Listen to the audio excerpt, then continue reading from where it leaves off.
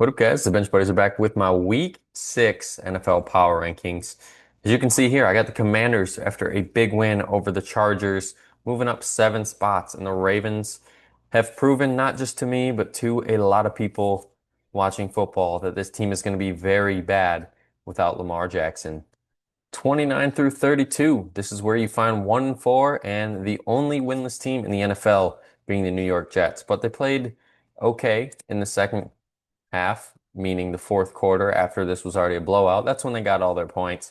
The defense looks awful. They don't have a takeaway all year yet.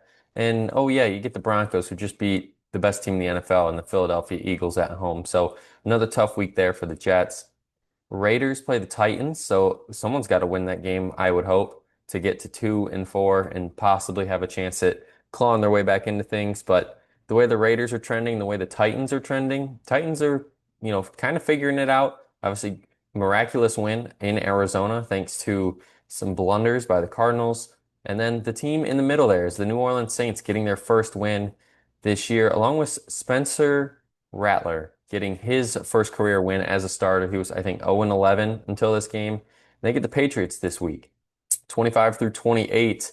And Browns and Bengals, the Browns showed a lot of promise with Dillon Gabriel starting, and the rookie takeover has begun there in Cleveland. And it was a competitive game against the Vikings. And now they go to Pittsburgh in a game that they got to have if this team wants to make any noise. Bengals, same thing. They got to go to Green Bay and win this game. Joe Flacco's there now, like the Browns just traded him to the Bengals. And who knows, he might be starting this week. And if that's the case, then, well, maybe he can breathe some life there for the Bengals. I mean, they fed Jamar in this one against the Lions late. The score looks a little closer than it actually was. Giants lose to the Saints. They get the Eagles this week, another tough week for them as Jackson Dart looks to bounce back. And then the Dolphins. This team's probably going to unload here this week after this video, maybe next week. Get rid of who is the question? Because, Tyreek was the guy they probably were going to get rid of, but obviously he's done for the year. So I wouldn't be surprised if the Dolphins start to slowly unload some guys after this loss to the Panthers. 21 through 24. Here's some teams that can start to claw their way back into the playoff conversation here with a few good weeks, and that's the Panthers at 24. They can beat the Cowboys this week. I think they have a legitimate chance to possibly make some noise for the next month or so and keep their name in the hunt for the playoffs, because normally around this time they're 1-4 or 0-5, but it's good to see them with a few wins here this early. The Ravens, it looks all but over for them. They got to get this game against the Rams before their bye week next week. So if they go 1-5 heading into the bye week, Lamar should be back in time. But is it going to be too little too late? Because they're going to have to go on a big run if this team really wants to make some noise before the playoffs. Texans making some noise against those Ravens going into their bye. Hopefully they can take that momentum out of their bye and keep it rolling, because 44 points against that Ravens defense is a sight to see. Obviously, it was a great game there for the Texans. Couldn't get much going on the ground, but through the air, CJ Stroud had one of his better games this year. Then the Falcons come out of a bye week, still at 21, but they get the Bills at home in a big game for them to really prove that this Falcons team can compete this year. 17 through 20, you got all NFC teams here. Bears stay put out of their bye week. Hopefully they, learn a few things and they keep developing in this Ben Johnson offense. Cowboys look good, putting up 37 against the Jets. We won't have to worry about this offense all year, and that's a good thing, because as long as this offense can score, they have a chance to win every single game. Cardinals, there's the argument I could drop them even further after just the blunders they had against the Titans. They should have been winning this game 28-3. Instead, they fumble at the 1, give the Titans the ball, intercept Cam Ward, fumble that one away, and give the Titans a touchdown. So they pretty much just gave them a win, and I hope it doesn't hurt them at the end of the year when it's all said and done if they miss the playoffs by a win or a tiebreaker, assuming if they get there. And then at 17, staying put are the Vikings. They had to claw their way back in this one overseas to beat the Browns. That's why I'm kind of keeping them at 17 here until we can really see them take that next leap. I don't know. I'm just kind of stuck in the middle there with the Vikings. They could be a little higher, I think, in my opinion, but these teams here at 16 through 13 are just a little bit better than them right now. I mean, the Seahawks competed against the Bucks at home, lost yet again at late. And that's just what the Bucks do to teams. And Sam Darnold had a great game as they get a big game this week in Jacksonville. Patriots beat the Bills on the road, so of course they're more deserving than those Vikings, like I said, and they get the Saints, and this Patriots team could possibly be 4-2 at this point. Steelers come out of their bye week. They get the Browns, the new look Browns. They got to win that game because if they win that game, and if that's the case, then the AFC North is pretty much going to be theirs to run away with. And then 13, you get the Chargers dropping out of my top 10.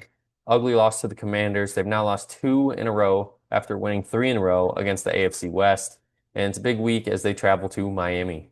9 through 12, I have the Chiefs falling out of my top 10 after that heartbreaking loss on the road to Jacksonville. Normally, that's a game they somehow, some way come back and win, but roles got reversed here in this one as the Jaguars did it to them in what feels like a must-win game here this week at Arrowhead against the Lions.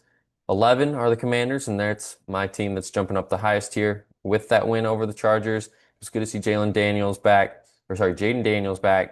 And, if that offense can go like that, just wait till Terry gets back, hopefully this week against the Bears on Monday Night Football. It's going to be, I would think, a higher scoring game. My Packers stay at 10 out of the bye week. Hopefully they can learn a few things and this defense can improve and figure out how to close out games because that's how this Packers team is losing and tying games at this point.